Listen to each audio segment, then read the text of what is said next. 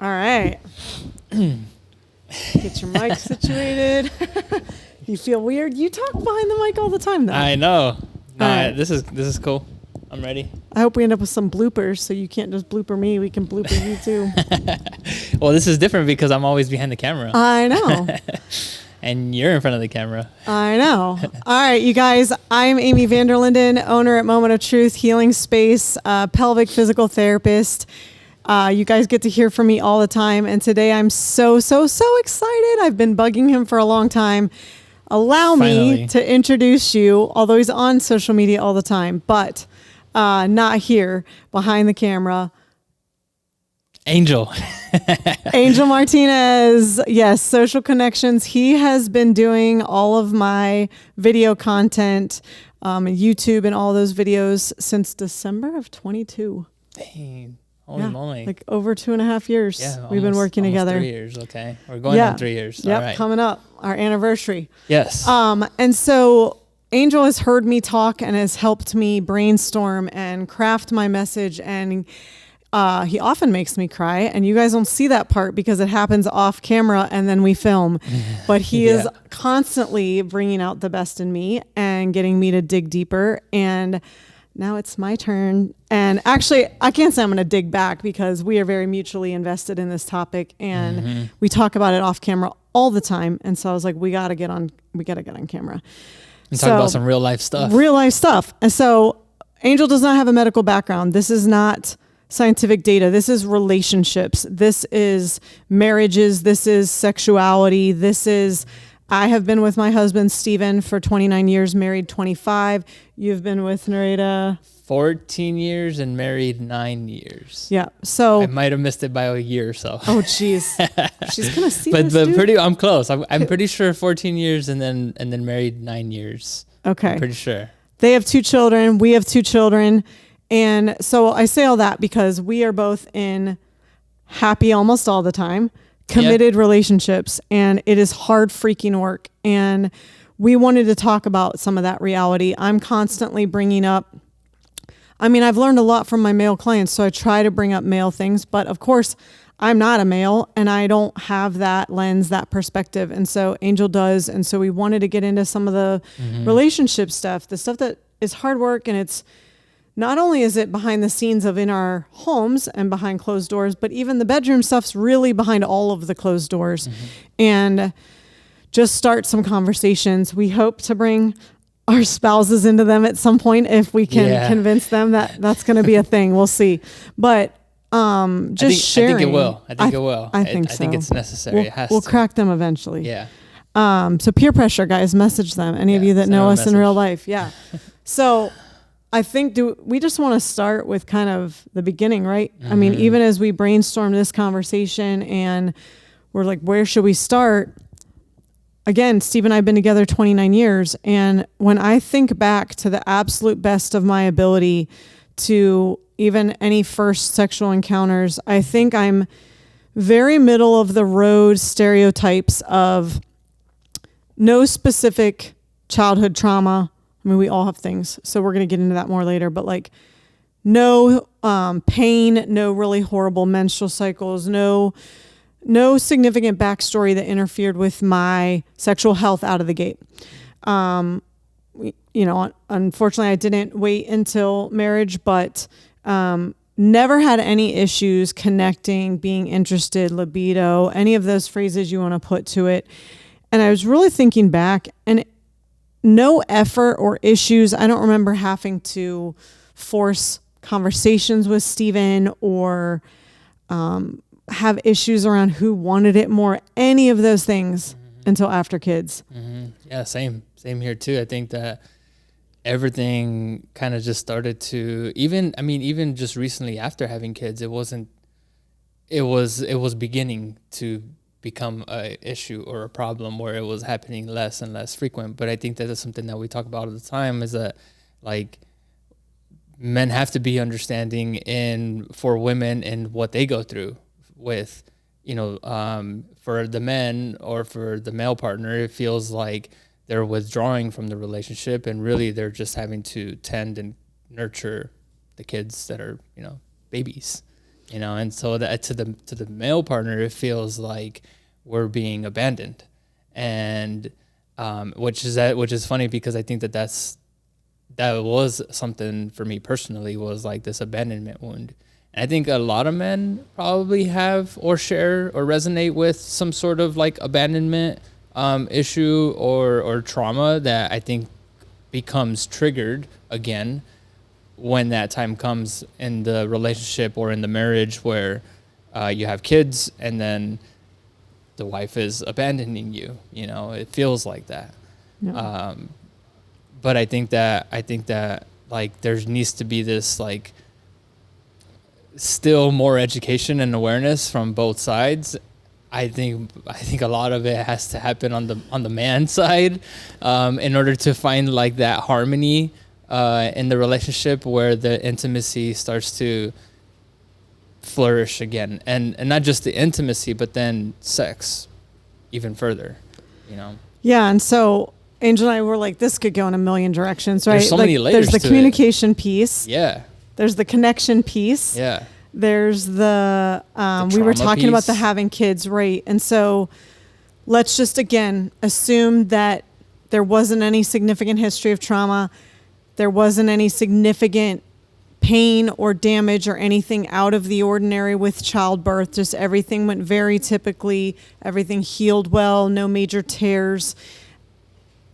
There's still so much that happens. And again, I know I felt blindsided. I don't know that I've ever specifically asked Steven if he connected to that abandonment thing, but I mean, we all have stuff from childhood. Mm-hmm. So we've talked a lot about like, what's my nervous system bringing into the room, any room, but especially the bedroom. Mm-hmm. You know, I talk a lot about sex and orgasm, but like reaching orgasm is one of the most vulnerable acts. And I've become increasingly aware and been able to have some cool conversations with Steven about, I don't know that he just kind of gives me a minute to situate myself. But like, if I'm really ramped up, I have to like settle and downshift. And what do I need to be able to do that? And I don't think that's not a normal conversation most people are having. I don't think about how's my nervous system feel? Am I in a place where I can connect with you right now? Am I overwhelmed? Am I overstimulated? Am I understimulated? Am I angry, frustrated, resentful, whatever the case may be? And we talked a lot too about stereotypes of men wanting it and women not, and where do we find harmony, to use your word? I think is a beautiful word again. Yeah. And what's that take? But like, after kids, like I didn't even have any of those other pieces that so many women do and are so important. And still I struggled.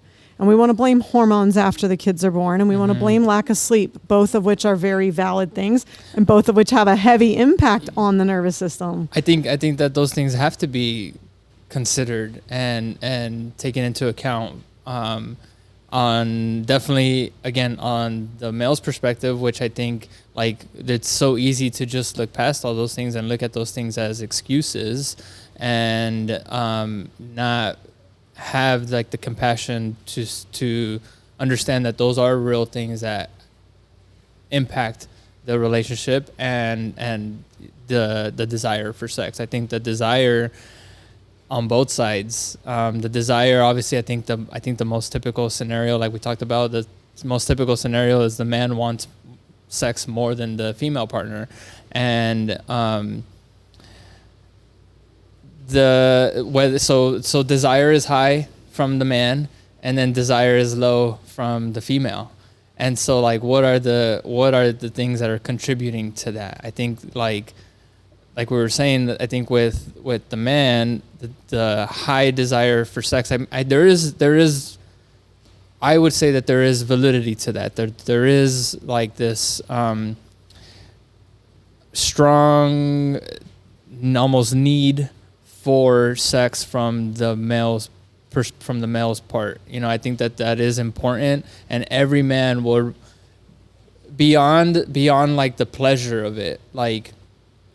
I don't think it's just about pleasure. I think that there is this like needing to feel connected to your partner that I think is like super important. I don't think that is something to be looked past from like, that's something that I feel like should be understood from the female's perspective. Like, okay, my partner really needs this to feel connected to me. That's not just like some excuse or something that because for wanting sex. Right. Like, it's right? not just like, it's not just a like physical drive that you just can't control your impulses. Yeah, like, it comes from a exactly. deeper, more significant place for sure. Exactly. Yeah. When we were talking about that whole, like, men have sex to feel connected and women need to feel connected to want sex. Mm-hmm. And so, like, again, we're bringing up all these different aspects of the gap. Mm-hmm. Yeah, the gap. And, so I think that's a good place how to do we put close it. that gap? How do we close and the gap? Like, again, I think part of I felt blindsided because I went from, and I think it's pretty common, like, to not ever really needing to have, I'm not saying this is a good idea or healthy, but like not ever really needing to have a conversation about it. Like, there was no gap, and now there's a freaking Grand Canyon. Yeah, yeah. Like, that's how it felt. I think you bring up like a good point there. And like, do you feel like, I think that this is a pretty common thing that women feel like they will probably say they don't need sex, that they won't need it to like. Yeah, I think most women feel that way. And obviously I have the unique privilege of getting to talk to a lot of them Mm-hmm. often Mm-hmm. and about this. And I think women... That's I don't want to rehash. There's tons of content of me, you guys, talking about why women don't love vaginal penetration and traditional intercourse. And more recently, we got into some of that content around the tunnel of tolerance. Yeah, that was and the something hall new. that was huge, though, because I think if we don't know our bodies, we don't know how to receive pleasure. We don't know what we want or what we like, never mind how to ask for it. Of course, our partners don't know. Mm-hmm. And I think, again, we stay with stereotypes. We're not saying this applies to every person all the time, you guys, but we've got to stay with the vast majority in generalizations. And you can say whichever partner, there's always an imbalance. There's always a gap. Somebody wants it more. It's Mm-hmm. not always the man wanting more and the women not, but there's always a gap of one partner to the other. And I think, I don't want to rehash all the clitoris content and all of that kind of stuff, but if women were having great sex, they would care more about having it. And so I kind of initially was coming at it from the angle of trying to tell women, hey, it's good for you because you'll sleep better and you'll have lower blood pressure and lower cortisol and lower stress and da-da-da-da. In the attempts to get them to say yes for the same reasons they might say yes to supplements or vegetables, right? But at the end of the day, that's not what I really want for them. I want them to want it. I want them to know that they're going to enjoy it. I want them to That it's for them? that it's for them to sit back and enjoy it. And I mean, my clients, and we joke all the time because I'm like, they think I have the most extraordinary sex life ever. And I mean, that's great for Steven because they probably think he's amazing, and he is, but not because of that. And but it's half of this stuff is lessons I learned a couple weeks ago that now I sound like a genius, but it's only because I figured out in my own bedroom last month. Or as I'm going through perimenopause and different things, like I'm learning new things and figuring out new things. And again, having these conversations most days all week. We're also at very different stages of our relationship. Right. Your kiddos are much younger than mine. Yeah, yeah. I think that's a big part. The demands are very different. Yeah. Yeah. So our kids are 9 and 6, and so they're still very much like very dependent on mom, very much needing her and you know, being on her, and you know, being touched out is a real thing for her still, you know, and those are all things that like I used to blow that off, like, oh, touched out, like whatever, like that's dumb, like you don't want to have sex with me. Like I think every man will quickly go to thinking about something that's wrong with them, like my partner doesn't want to have sex with me, or there's something wrong with me, or I'm not attractive or something, right? You know, but those are all real contributing factors to her not wanting or not having that desire for it. Well, I'm glad touched out is even a phrase that's on some people's radars now, because I don't feel like it really was when my kids were little. So my kids are now 19 and 17, and I didn't know I was touched out. I didn't know I was physically overstimulated. I didn't know what was going on with my nervous system. I just knew everything felt harder. I knew everything felt different. I didn't know what to say to Steven because I didn't, like, even when you think about issues around postpartum anxiety or depression, you'll always hear, well, I wish she would have just said something. Women do not know what they need. It's not as simple as ask for it. They don't feel the gap themselves. They feel the pain. They feel the disconnect. They feel the emotional pain. They feel the separation. They feel the resentment. They feel all of those things. They feel not enough. They feel all those yucky things. But not they don't know it's because they're touched out. They don't know it's because they're completely overwhelmed and overstimulated. And I think new parents in general, it's not just moms that bear the burden of learning to change diapers, being sleep deprived. And I think, thankfully, in our culture, it's so much more common for both parents to be working, for both parents to try to help the kids, for both parents to try to do household duties. It's no longer like the leave it to beaver, dad goes off to the office, mom's stuck at home all day. Sometimes there's a lot of families that do still choose to have a stay-at-home parent, whichever one that is. But even still, there's no changing the fact that the mom's the one who has the milk. So whether she has to pump or whether has to nurse, even when you're bottle feeding, it's still often the mom that gets up more, the mom that hears more. And we don't need to get into a gender thing. Do not come at me, people. Like, I know. I will not tolerate it. That is not what this is about. No. I'm just saying that we are cellularly, biologically wired to respond to the needs of the children. Yeah. We are not cellularly, biologically wired to respond to your needs. To provide and to protect. Nor like this phrase sex drive. That is not an actual physiological drive. It's not, I've talked about this before. It's not critical, as much as it feels like it sometimes. It's not critical for survival. Whereas feeding your kid, like the body will literally take from a mom's own muscle and bone and whatever to put into the milk to nourish the baby, to keep that life, because it knows that life is more vulnerable than the mom's life. And so, yeah, I'm glad that at least some of those phrases are coming about. But let's get into what you and I were talking about. Yes, the stereotype, men have more of a need, a desire, it feels so that need compelling, for right? And women are just like, meh. But you have had a lot of healing and profound revelation just by, and this can happen in any area, not just sexuality, but just stepping back and... We're here to talk about sex. We are here to talk about sex. Don't worry, I'm not tangenting. But it does apply to any area. Anytime we step back and say, why do I feel ABC? So can you share a little bit about some of your aha moments of like, why do I want this? I mean, I'll start by saying that a lot of the stuff that we have filmed on, well, I will say go and watch Amy's content because a lot of it has really been helpful. I mean, after we get done shooting, like we'll have a conversation afterwards, or we'll dive deeper into this, or we'll apply it to like, you know, our relationships and get specific. And so I would definitely say that a lot of your content has been really helpful for me to develop more compassion for my partner, for Nettie, in that area specifically, because it was something that like it was becoming such a big problem, like to the point where it was becoming a contributing factor into like we were. I mean, I've messaged this was really recent, like our only a few months where like. Our what would you call it, like fallout, our breakthrough, started with a breakdown to a breakthrough. You know, that was something that just happened very recently in like November of this past year and into this year, like going into like February, March.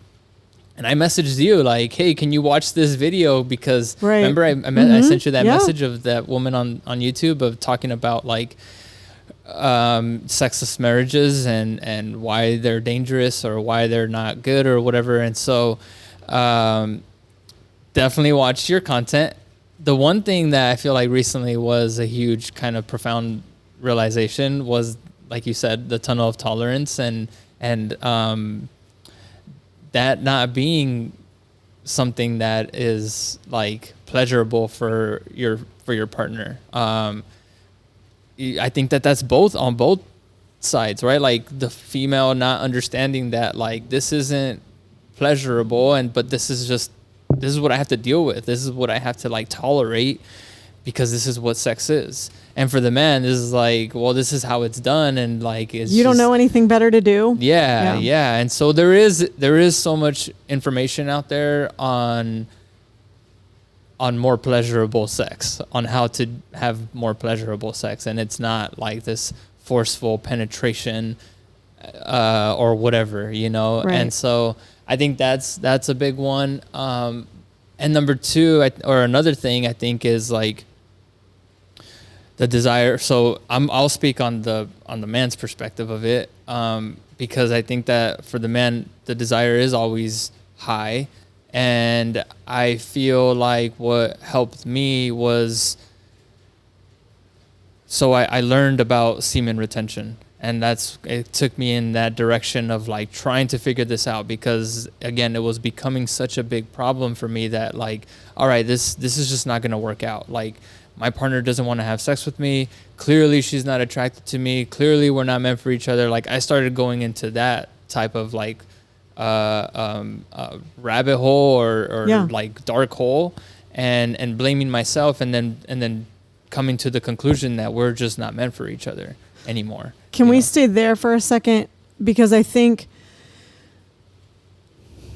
know Stephen and I came up against, between me doing more pelvic health work and the timing of the Me Too movement. When was that? 2017, 18? Mm-hmm. Yeah. It wasn't a super long stretch, but we had a time in our marriage where I know I was also having some hormonal changes. Thank you, turning 40. But a time where I just was like, what do I want and why do I want it? And what does my yes even mean? Mm-hmm. And I think that was even before I started studying a lot more about pelvic health related to better sex. So it was before even any of that stuff, or the clitoris stuff and better orgasms. It was more just even the yes, making sure my yes meant yes, making sure my no was really a no, not a no on behalf of all womankind. Mm-hmm. Like that very national, very public event with Larry Nassar shook me. He had often presented himself as a pelvic therapist. Wow, I can't believe this is making me so emotional. I felt like what he did to, like, with their moms in the room, hundreds of women and girls. I mean, we saw it at the ESPYs, those women coming forward. One of the most powerful things I've ever seen. I'll never forget it. It shook me, and it made me step back from Stephen and be like, what is this whole thing even about? And I want to stay in the space of like your no and your yes before we get into any like the science stuff and the power of semen retention, because I think, pendulums don't magically swing into balance. We've talked about that before, and how we don't go from toxic patriarchy to healthy patriarchy. We don't go from what even is femininity to feminism and like to a healthy spot. Things swing. And I think after the Me Too movement, I think a lot of men felt on the defensive. We saw and heard that. I think there were a lot of men who tried to stay curious, and that's the best possible thing you can do, regardless, whatever your relationship status is. Forget the public politics, all that BS. In your life, in your house, with men and women, like, being able to understand, just stay curious. And what do I feel? Start with yourself. What do I feel? Why do I feel this? Yeah. What do I want? Why do I want it? And that's, I want to stay there for a minute. You started evaluating. Yeah. So how compelling that drive was. Yeah, absolutely. And then the other thing that helped me to take accountability for it was because I was always blaming her. I was always like, she doesn't want to have sex. Something's wrong with her. Something's wrong with her hormones. Something's wrong with, like, it was always just blame. And I wasn't like looking back at my own self. And so I think that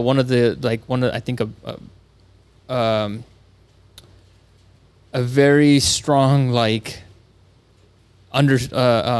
like, if we can all understand that you are the creator of your own reality, And I think that helps to take up accountability for one, because there is, in a marriage, there's two people, and both people are contributing to what's being created. The lived right? experience. The lived experience, right. And so that lived experience is, we'll just call it a sexless marriage, right? Or a very less frequent Feeling sex. platonic. Okay, yeah. So we'll just say a sexless marriage is what's being created. So both partners are creating that reality, okay? And so if you ask yourself that, what part in it am I creating, right? And so, and then both parties have to take accountability of that. And so that, for one, helped me to get to that point of like self-inquiring. What part of this am I creating? And a lot of that had to do with the communication, the like how I was treating her, or how I was not allowing her that space for her to have that desire to want to have sex with me. So I think that, like, yes, and then also it also led me to why am I needing this so much? Like, why is this such a problem that I'm willing to come to the conclusion that we're no longer meant to be together and that we're gonna get a divorce, you know? And this was like a big reason for that. Like, that's crazy. And so that led me to like, okay, why am I needing this sex so much from my partner? And it came down to like that. There's something. There's a void, right? There's something that I'm not feeling or I'm not getting from my relationship that I'm trying to fill with sex. Because every time when we would have sex, it still wasn't satisfying. You weren't suddenly magically happy. Right, exactly. Even though you thought that's what you wanted. It was like just like a Band-Aid on the wound, you know? And so that, I feel like, was a kind of a big shift for me in beginning to move in the direction where it wasn't like this constant need and I'm constantly asking for it and I'm constantly you got to understand, like, the more pressure that you put on your partner to have sex, like the less less safe they feel. Yeah, exactly. I think that's also feeling safe. Yeah, I think that's a big kind of just an important thing to feel for both partners in order to want to have sex. And again, the vulnerability needed to reach orgasm. Yes. And I think sometimes people automatically eye roll when we say phrases like feel safe, because it feels so dramatic, right? Like, safety is an inside job. Right. And it's like, well, your husband's not threatening you. And that's not what I mean. Yeah, right. Like, no, I'm not saying my husband's going to rape me. Like, I'm not saying that. But then again, our nervous system, and even I think we were talking too, I was shared, like, when I feel, and I'm going to say this word because we need to get a better understanding of it, feel safe to tell Steven no and not feel like then I can't even have a kiss goodnight, or he's going to be mad, or there's going to be some, right? Yeah. There's going to be consequences, right? Mm-hmm. But like that, I think, do you remember too, after the Me Too movement, suddenly there was a greater awareness that again, you can't have a true understanding of someone else's lived experience. Like, I'll never know what it feels like to grow up Hispanic. Mm-hmm. You'll never know what it feels like to be a white woman. Like, there's just certain things we can't know, but like, men got a glimpse of, because what came out of that wasn't just the sex, and it wasn't just the rape, and it wasn't just the abuse. It was how women feel in a parking lot at night, how women feel when they have to get gas alone, mm-hmm. how women feel walking past a group of construction workers, or any men for that matter. There was awareness and conversations that started to happen about the lived experience. And I think that opened the door. So again, I don't want to put words in your mouth, but like, as these conversations started to happen around what some women's lived experience is like, and that general sense that our nervous system is always on guard against something. And anytime something's happened to us, it could be a car accident, it could be I tripped and fell, it could be anything. You brace against that happening again. You brace against, and so like you said, the more you force, the more she pulls back. Yeah. And like, like you said, even when she say yes, it still wasn't filling the void. So where did the rest of that reflection take you? Where did it take me? Well, because you guys have done, like, I know I've processed stuff at different times in different types of therapies through my life. I know I'm very grateful Stephen finally talks to somebody, not just about this, but whatever pops in your head, go. So it was this like, okay, so it led to self-love. Like that was like ultimately kind of just what on both sides needed to happen, is like being able to love yourself and not depending on your partner to feel that love. And we're not talking about taking care of your own needs, guys. We're talking about genuine self-love. Yes. Not sexual self-care. Separate topic. Not also valid. No. We're talking about learning, filling your own void, feeling enough, feeling exactly. whole, Yeah. without a person, And that's it was that's like kind of like a little bit of a scary place. It kind of felt a little scary for me. Because then it could kind of lead to like, well, I don't need you to feel loved, you know, and that conversation has kind of came up a little bit, or those comments kind of have came up where like, I don't need you to feel loved because I feel whole already, or not already, but I feel whole within myself. That's where it ended up taking us. So you had to have a whole new reason to stay together. Yes, all that had to kind of crumble. And now coming at it from this place of like choosing to love each other, or wanting to love each other, wanting to be together, because I mean, like it kind of brings that question up, like, well, then what is the reason why we are together? If we are so self-fulfilled or whole on our own, why do we need each other? You know? And so I think that was like that next point of feeling whole within myself before, and not I guess like trying to feel that or fill that void from somebody else.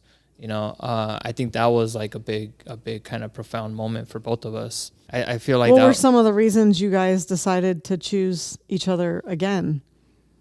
I think marriage, you know, it's interesting because I've been thinking about this a lot too. Like, if I believe in marriage and one person forever. Yeah, because I mean, and I'm married, you know, so it's like, but do I believe in marriage? Because it's like you could. Sometimes I feel like I don't believe in marriage because I feel like I, and she would probably say the same thing too. I think she's said this before, that like I wish I could just like be on my own and explore this world on my own without being married, right? And I feel like that, like, for one, that was a huge, this is why I believe in marriage, is because it helped us stay together. It was like, for me, like, I can't quit. Like, I can't quit on my marriage. To me, that would have been like just a huge failure for me. And so that, number one, was like a big reason for me to continue on. Did that feel like it came from a good chosen place or an obligation? Like almost like not saying it was religious, but like or like even a familial or cultural, like I think only quitters get divorced, or like, I don't, so it's not even, or was it a good, like, yeah, I mean, it's not even religious based, because I'm not religious at all. And I don't feel like I don't feel like I abide by like the laws of religion, and like, you know, you don't marry, like, divorce is against religion God's laws. Yeah, okay. Yeah, that's why I so don't. Wasn't that? That's why I don't believe in marriage, because I think that marriage is a man-made thing. Like, I don't think that that's something that comes from us, like, whether it be like our indigenous history. I don't think marriage comes from that. I think marriage was something that was created by religion. Am I correct or no? I think we're going to just agree to disagree and table that, but get back to like, okay. I think the useful part is, because those Yeah. are beliefs, and we all have our own Right.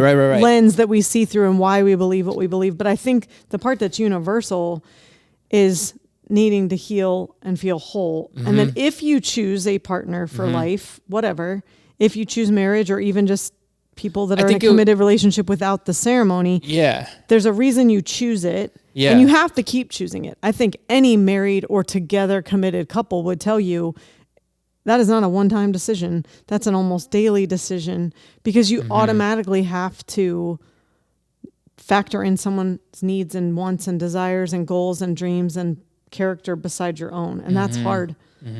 Sometimes it would be nice to just do whatever, like sole control of the remote, go travel and do whatever. Yeah. I mean, it's the same thing for being a parent. You no longer have the luxury or choice to, you shouldn't. Yeah, right. I know. Separate conversation also. Yeah, for real. Have the ability to only choose yourself now. You're right. You chose to give life to something. And so in that choosing, where have you landed? So, I mean, well, that was because right now you're still married. Yeah. and happily so. And like, I feel like when we overcame and got through all that, like went through that whole breakthrough, it was like, holy crap, like we just went through all that, and it's almost like more empowering. Like it makes you stronger, right? Like it's much easier to say quit, let's divorce, and let's be done. Much easier to do that, although that's also a hard choice. But it is much harder. It's much harder than to continue on, because continuing on, it makes you point back at yourself. Like you have to take responsibility and accountability for what is being created, right? That lived experience.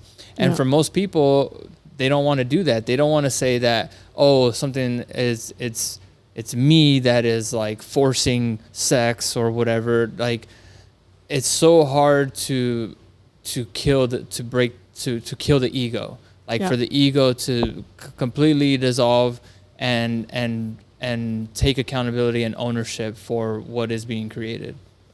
Would you agree that like the helplessness, like initially before you kind of had the big breakthrough, but like I know most women I talk to, like they feel like you were saying you felt broken, like Nettie didn't love you, or that she was broken, but for whatever reason, it still felt about you at first. And then it was all about blame, because again, ego protecting itself. But I feel like both people in the relationship typically feel broken. They typically feel unwanted and not good enough. They typically feel like, and I think the helplessness that can scarily turn into hopelessness is the not understanding the gap. Never mind, can we possibly close it, bridge it, whatever. It's like they don't even know why they're not connecting better. The men don't know what else to do differently. The women don't really know what else to do differently. They might know they don't love sex, but they haven't necessarily figured out how to enjoy it or why to enjoy it or what would make it enjoyable. And all of that takes effort. It takes work to connect. It takes work to figure out what you like. It takes effort to figure out what you like. It takes effort to overcome. We could do a whole other thing on shame. Everything that's ever created any ounce of shame in your whole life is going to show up in the bedroom. Everything that's ever created any ounce of guilt or embarrassment is going to show up in the bedroom, and has the potential to come between you. So I feel like that is the hard part in, again, accepting and like just like pointing the finger back at you, or taking accountability and ownership of like, what is it that the work that I need to do in order for this to work. I think that's hard for it was really hard. I feel like we had to just continue to ride that wave and continue to work on ourselves in order for us to finally have that breakthrough. And I feel like we didn't have that breakthrough until just recently, like not even a month ago. Like I'll say this too, like there's some big ones, like you guys were contemplating a separation and potential divorce. That's really huge. So not all the breakdowns and breakthroughs are that huge, but I can tell you, Stephen and I have had seasonal or cyclical breakthroughs. And if we also had a better upbringing or learning to expect that and desire that growing, that learning, that revelation. It's not, you don't have to arrive. Like, yes, you want to have a great marriage and a great relationship, and a great sex life should be part of that, ideally.